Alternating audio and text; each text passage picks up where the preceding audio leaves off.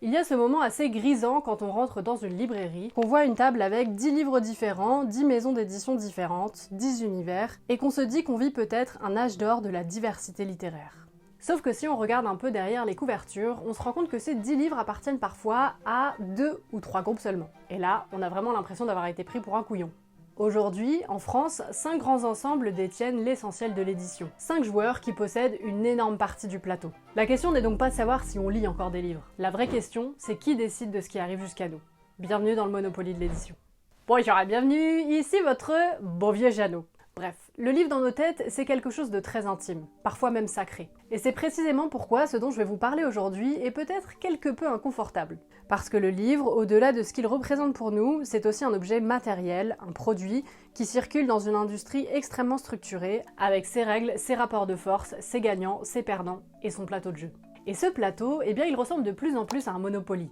Alors non, cette vidéo, ça va pas être juste pour vous dire « le capitalisme a détruit la littérature », on va essayer d'être un tout petit peu plus précis que ça. Mais je pense quand même que la métaphore est utile, parce que le Monopoly, ce n'est pas seulement un jeu où les joueurs deviennent riches. C'est un jeu où celui qui gagne n'est pas forcément celui qui joue le mieux, mais celui qui arrive le plus vite à accumuler, à verrouiller et à empêcher les autres joueurs de jouer normalement. Et quand on regarde le monde de l'édition aujourd'hui, on retrouve beaucoup de ces mécanismes-là.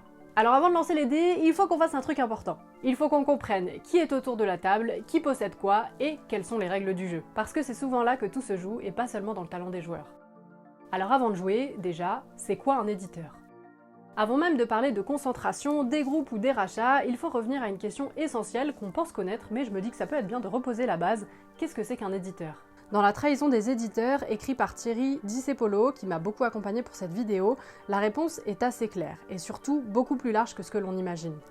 L'éditeur, ce n'est pas seulement quelqu'un qui choisit un manuscrit et le transforme en livre. Ce n'est pas seulement un passeur romantique derrière un bureau en bois massif avec plein de romans géniaux autour de lui. Un éditeur, c'est quelqu'un qui va construire un catalogue, et ce catalogue, ce n'est pas seulement une addition de livres. C'est une identité et une manière de dire « voilà ce que cette maison défend et voilà ce qu'elle considère être digne d'être publié, transmis et conservé ». Et parce que sinon c'est pas drôle, l'éditeur est aussi responsable de tout le reste. La fabrication, la diffusion, la distribution, la promotion, les relations avec les libraires, faut que j'arrête avec mes doigts, j'en ai pas assez, les négociations avec les grandes chaînes, les coûts, les marges et les risques. Autrement dit, le métier d'éditeur a toujours été un équilibre à trouver entre création et économie. Le problème, ce n'est pas que l'économie existe. Le problème, c'est le moment où cette économie décide quasiment seule de qui a le droit d'être sur le plateau. Et c'est exactement ce qui se passe quand le jeu se concentre. Le plateau se rétrécit, la concentration. La majorité des livres que nous lisons, que nous voyons en librairie, que nous croisons dans les gares, les aéroports, les supermarchés, dépendent en réalité d'un nombre très réduit d'acteurs. On n'est pas dans un paysage éclaté avec des centaines de joueurs à égalité. On est dans un jeu où 5 grands pôles dominent l'essentiel du terrain et où tout le reste doit se débrouiller pour exister entre 2 cases déjà achetées. Et cette concentration, elle n'est ni nouvelle ni accidentelle. Les premiers regroupements commencent dès l'après-guerre. C'est seulement dans les années 1950 que des maisons d'édition comme Grasset et Fayard d'un côté, De Noël et Le Mercure de France de l'autre, passent respectivement chez Hachette et chez Gallimard. Autrement dit, les logiques de rachat et d'absorption existent déjà, mais elles restent encore relativement limitées. Ensuite, dans les années 1960, on voit apparaître des groupes qui grossissent très vite. Les Presses de la Cité, créées en 1943 par Sven Nilsson, absorbent Perrin, Plon et Julliard dans les années 1960. Puis dans les décennies suivantes, c'est au tour de Bordas et Dalloz. Donc finalement, ce qui arrive aujourd'hui, c'est la suite logique de la partie. Bolloré, par exemple, n'invente pas la concentration éditoriale. On arrive dans un système qui est déjà prêt à l'accueillir, ça on y reviendra un petit peu plus tard. De la même manière, les idées d'extrême droite ou ultralibérales ne sont pas la volonté de quelques personnes. Elles s'inscrivent dans une matrice économique, politique et culturelle qui les rend possibles, acceptables et parfois même rentables. Et le livre La trahison des éditeurs le dit très clairement, je vous le cite, « Des financiers, financières et industriels souvent plus intéressés par la diffusion forcée de leur vision politique, très ancrée à droite et à l'extrême droite que par la création littéraire, ont pris le contrôle de nombreuses maisons d'édition historiques. » Là, on n'est pas dans une accusation morale, on est dans une description structurelle du plateau. Mais alors, qui tient les dés ? Dans un Monopoly, ce qui fait la différence, ce n'est pas seulement la chance lors du premier lancer de dés, c'est le fait de poser les bonnes rues au bon moment et surtout d'empêcher les autres d'y accéder. Et bien dans l'édition, c'est pareil. Le pouvoir ne se situe pas seulement dans le fait de publier un livre, il se situe dans le fait de contrôler la chaîne complète. Publier oui, mais aussi diffuser, distribuer et rendre visible. Et c'est pour ça qu'avant même de parler d'auteur, de texte ou d'idée, il faut voir qui contrôle le plateau. Parce que tant que cette question-là n'est pas claire, on peut avoir l'impression d'un jeu équitable, alors que les règles ne le sont pas. À partir de là, on va pouvoir rentrer dans le cœur du jeu. et regarder un par un les 5 grands groupes qui dominent aujourd'hui l'édition française. Comment ils se sont constitués, ce qu'ils contrôlent réellement, et pourquoi, même lorsqu'ils sont très différents les uns des autres, ils produisent des effets similaires sur le reste du paysage. Et là, on va vraiment commencer la partie. Les 5 joueurs qui possèdent le plateau.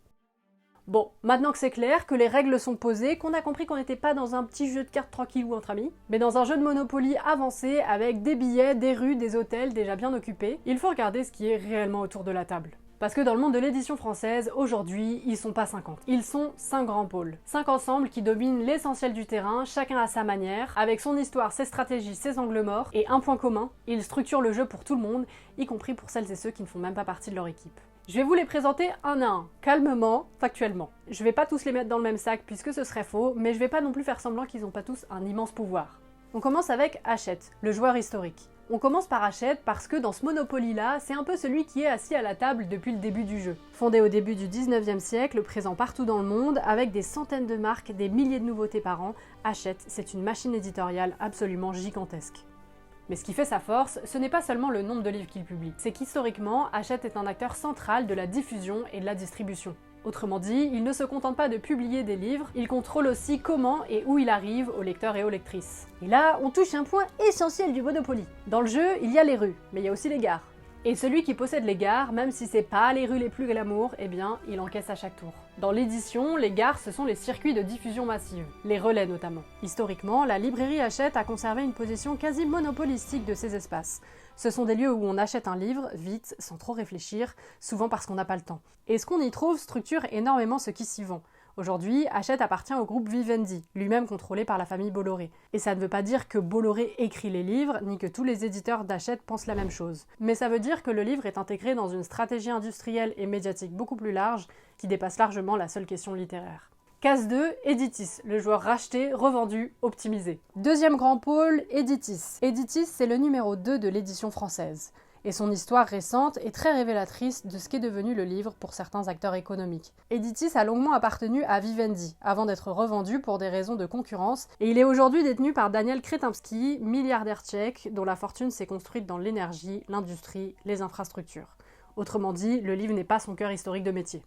Editis regroupe des dizaines de maisons dans tous les genres possibles. Littérature, polar, scolaire, essais, pratique. C'est un groupe extrêmement bien structuré et très performant économiquement, et qui fonctionne selon des logiques industrielles très rationalisées.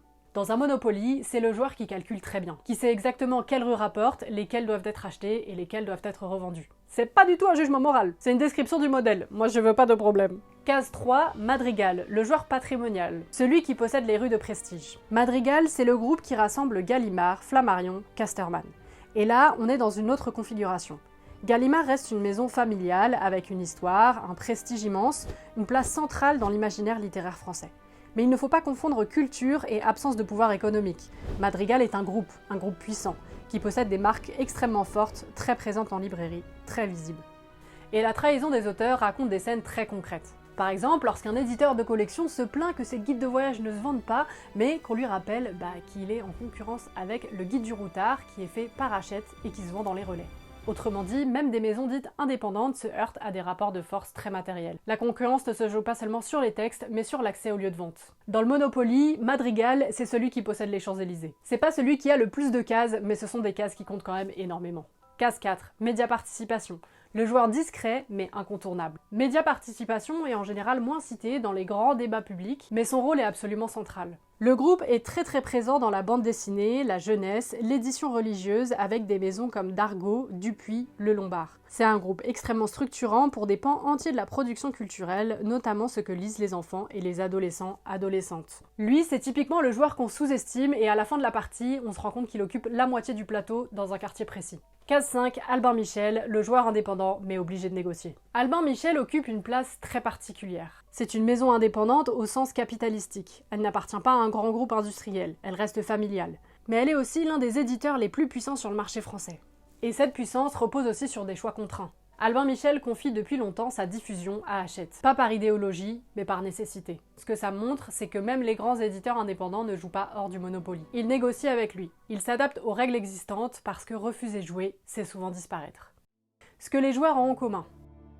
Ces 5 groupes sont très différents. Leur histoire, leur discours, leur image dans le débat public n'ont rien à voir. Mais ils partagent un point essentiel, ils structurent l'accès au marché. Le vrai problème, c'est pas qu'il existe des grands éditeurs. Le vrai problème, c'est lorsque quelques acteurs contrôlent la chaîne de commercialisation et que, ils peuvent bloquer l'accès aux autres. Volontairement ou non d'ailleurs. Et là, le Monopoly arrête d'être un jeu abstrait. Elle devient une réalité très concrète pour les petits éditeurs indépendants et les nouvelles voies.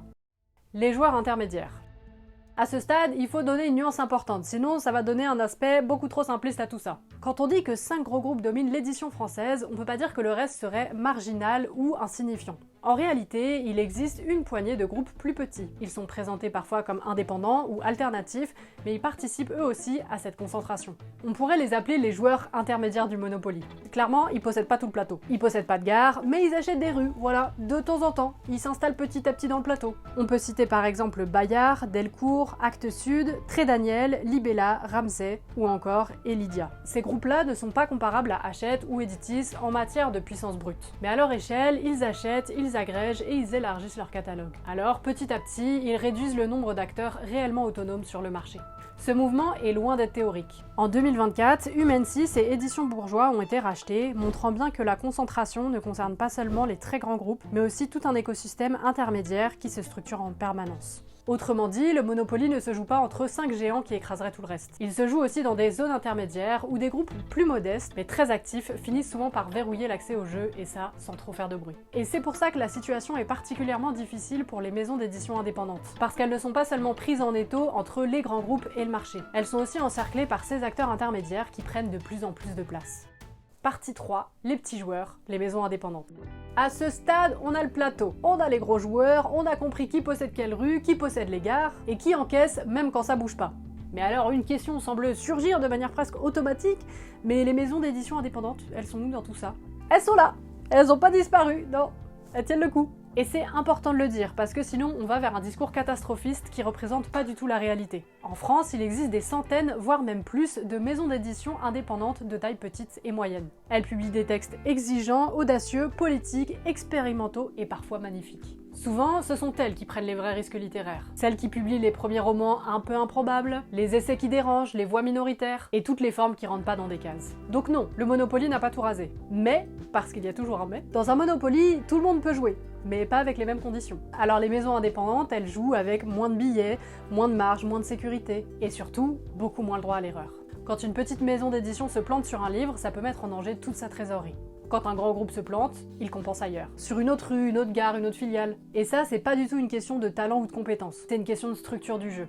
L'un des points les plus importants, c'est que le vrai pouvoir se situe pas dans le fait de pouvoir publier, mais dans tout ce qui se passe après. Publier un livre, c'est une chose, le faire exister, c'en est une autre. Et là-dessus, les maisons indépendantes sont donc, elles, dépendantes de structures qu'elles ne contrôlent pas. Très souvent, elles doivent passer par des réseaux de grands groupes. Alors même que sur le papier, ce sont leurs concurrents. La fausse bonne idée de la diversité apparente. Et c'est là que le système devient pervers, sans que personne n'ait besoin de comploter. Derrière cette diversité apparente, les circuits de diffusion, de distribution et de visibilité sont très concentrés. Donc même quand un éditeur indépendant fait un super travail, il dispose pas des mêmes moyens, ni de la même visibilité que d'autres éditeurs. Il va donc pas pouvoir occuper la place de la même manière. Mais ça, c'est pas une censure directe. Personne n'a dit « oui, ce livre il a pas le droit d'exister ». Pour le moment. Mais beaucoup de livres n'ont jamais la chance d'arriver jusqu'à leur lecteur ou leur lectrice. Et dans un Monopoly, ne pas avoir accès aux bonnes cases, c'est parfois pire que d'être éliminé. Tu continues à jouer, mais tu sais très bien que tu gagneras pas. Parlons maintenant du bout de la chaîne avec les auteurs et les autrices.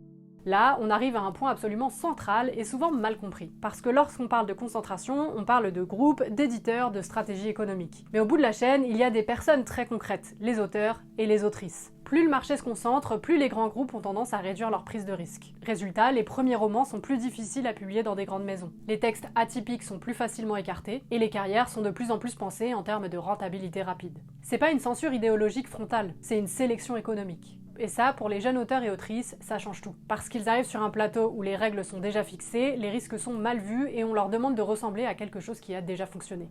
Dans le Monopoly, c'est le moment où on te dit « Ok, t'as le droit de jouer, mais seulement si tu joues comme les autres ». Et le réel danger dans tout ça, c'est l'uniformisation silencieuse. Et c'est là en réalité que le danger est le plus grand. pas dans une disparition brutale de la littérature, pas dans une censure spectaculaire, mais dans une uniformisation progressive, douce, presque invisible. Quand les mêmes groupes contrôlent la majorité de la diffusion, de la production et de la visibilité, ils finissent par façonner sans même le vouloir ce qui est considéré comme publiable, comme vendable, comme acceptable. Et c'est exactement ce que dit la trahison des éditeurs quand ils parlent d'une profonde transformation du métier. L'éditeur n'est plus seulement celui qui défend un texte contre le marché, il devient celui qui doit s'assurer que le livre survivra au marché.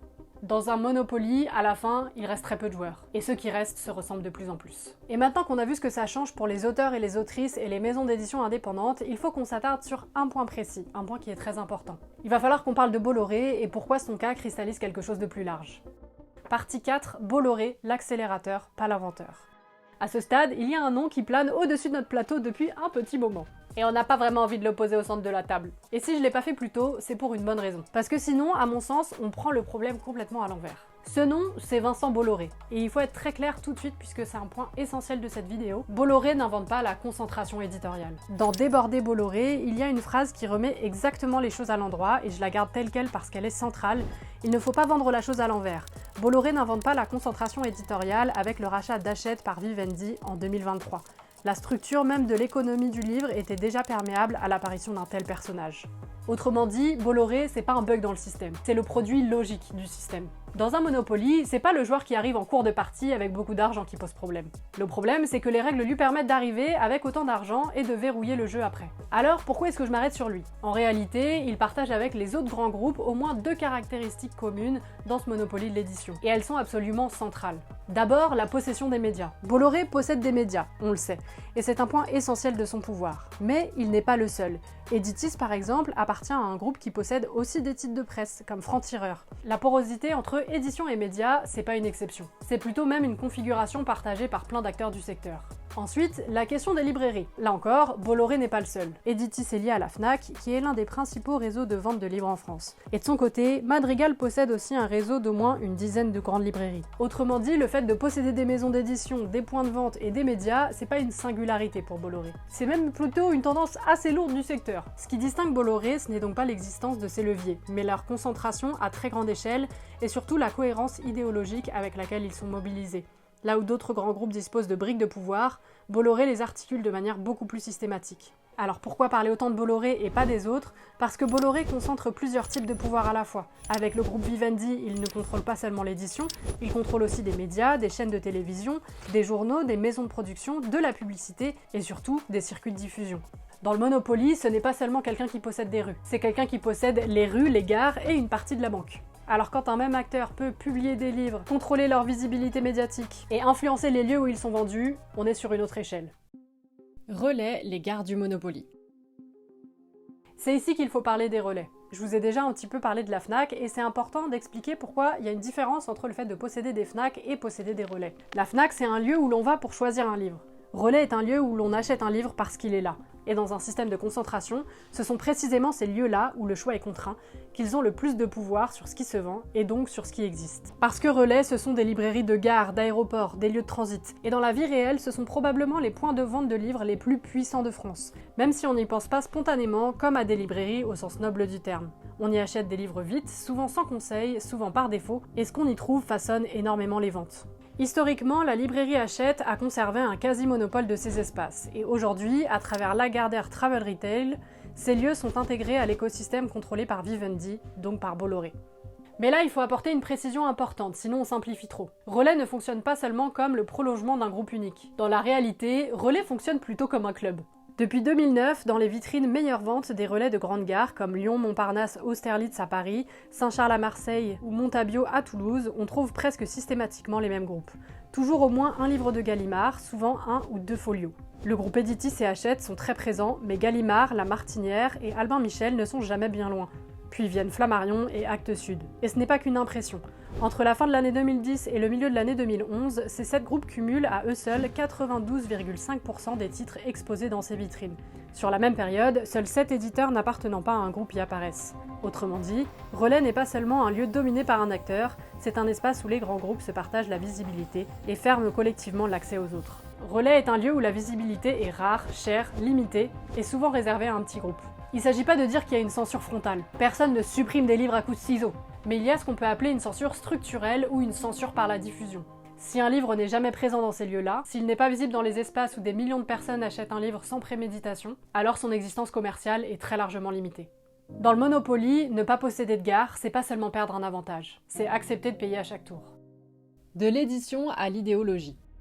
Et là, on arrive à un point délicat mais essentiel qu'aborde super bien Débordé-Bolloré. Le problème, ce n'est pas seulement la concentration économique, c'est que certains acteurs soient plus intéressés par la diffusion de leur vision du monde que par la création littéraire elle-même. Je cite, « Des financiers, financières et industriels plus souvent intéressés par la diffusion forcée de leur vision politique très ancrée à droite et à l'extrême droite que par la création littéraire ont pris le contrôle de nombreuses maisons d'édition historiques. » Et là encore, c'est pas une accusation morale individuelle, c'est une analyse politique du système. Le livre va même plus loin en expliquant que les idées d'extrême droite ne sont pas seulement portées par des individus ou des partis, mais qu'elles s'inscrivent dans une matrice économique et politique déjà en place, que les grands capitalistes viennent intensifier, pas inventer. Alors, qu'est-ce que ça change concrètement ? Et c'est là qu'il faut redescendre un peu sur terre, sinon on reste dans de l'abstrait. Ce que ça change concrètement, c'est que le livre, c'est plus juste un objet culturel. Il devient un levier stratégique parmi d'autres. Et dans un système comme celui-là, la question c'est plus est-ce que ce livre il est bon, mais est-il compatible avec le reste du plateau ? Et ça, pour les éditeurs indépendants, pour les auteurs émergents, pour la diversité réelle des voix, c'est un enjeu immense. Et maintenant, il nous reste une dernière chose à voir avant de conclure. Regardez ce que nous, lecteurs et lectrices, on peut faire au sein de ce Monopoly. Parce que spoiler, on n'est pas juste des pions. Partie 5, et nous dans ce Monopoly. Parce qu'on pourrait être tenté de se dire que ça c'est une histoire de grands groupes, de milliardaires, et que nous on est juste là en train de lire notre livre tranquillou. Dans le Monopoly, il y a les joueurs qui possèdent, mais il y a aussi ceux qui font circuler l'argent. Et dans le monde du livre, l'argent ce sont les ventes, la visibilité, le fait qu'un titre fonctionne ou pas, qu'il soit remis en avant ou qu'il disparaisse très vite des tables. Quand on choisit un livre dans une gare, dans un aéroport ou dans un supermarché, on choisit pas dans le vide. On choisit dans un cadre qui a déjà été construit. Les livres qu'on voit, ce sont ceux qui ont eu accès aux gares, aux grandes tables, aux circuits rapides. Et ça veut pas dire qu'ils sont mauvais, hein, c'est pas la question. Ça veut juste dire qu'ils ont passé toutes les phases du Monopoly. Et inversement, il y a les livres qu'on ne voit jamais. Pas parce qu'ils n'existent pas ou pas parce qu'ils ne sont pas bons, mais seulement parce qu'ils n'ont pas eu accès aux bonnes cases. Alors concrètement, à quoi ça sert de savoir tout ça ? Bah déjà, de ne plus être naïf ou naïve. À ne plus croire que le livre c'est un espace hors sol, protégé par une sorte de magie culturelle. À ne plus confondre diversité éditoriale et diversité économique, et surtout d'être capable de faire des choix en connaissance de cause. Choisir parfois un livre parce qu'il est là, visible, accessible, et parfois aller chercher volontairement ailleurs. Chez des éditeurs indépendants, dans des librairies qui défendent autre chose, dans des catalogues moins exposés, moins évidents. En tout cas, le Monopoly de l'édition, il existe déjà. On n'a pas à décider s'il est juste, injuste, légitime ou illégitime. De fait, on y joue. Qu'on soit éditeur, auteur, libraire ou tout simplement lecteur, le plus important, c'est de connaître les règles du jeu. C'est donc tout ce que j'avais pour vous aujourd'hui, j'espère vraiment que cette vidéo vous aura plu. Je suis trop contente d'avoir enfin pris le temps de m'en occuper. Je tiens à remercier Thierry qui a écrit La trahison des éditeurs, qui m'a beaucoup aidé pour cette vidéo, merci à lui. Si la vidéo vous a plu, vous pouvez la liker, la partager, vous abonner. Vous pouvez aussi ne pas hésiter à faire un petit tour sur mon Patreon, ça m'aide énormément, surtout pour des vidéos comme celle-ci. Et puis moi, je vous dis à très vite dans une prochaine vidéo. Allez, salut!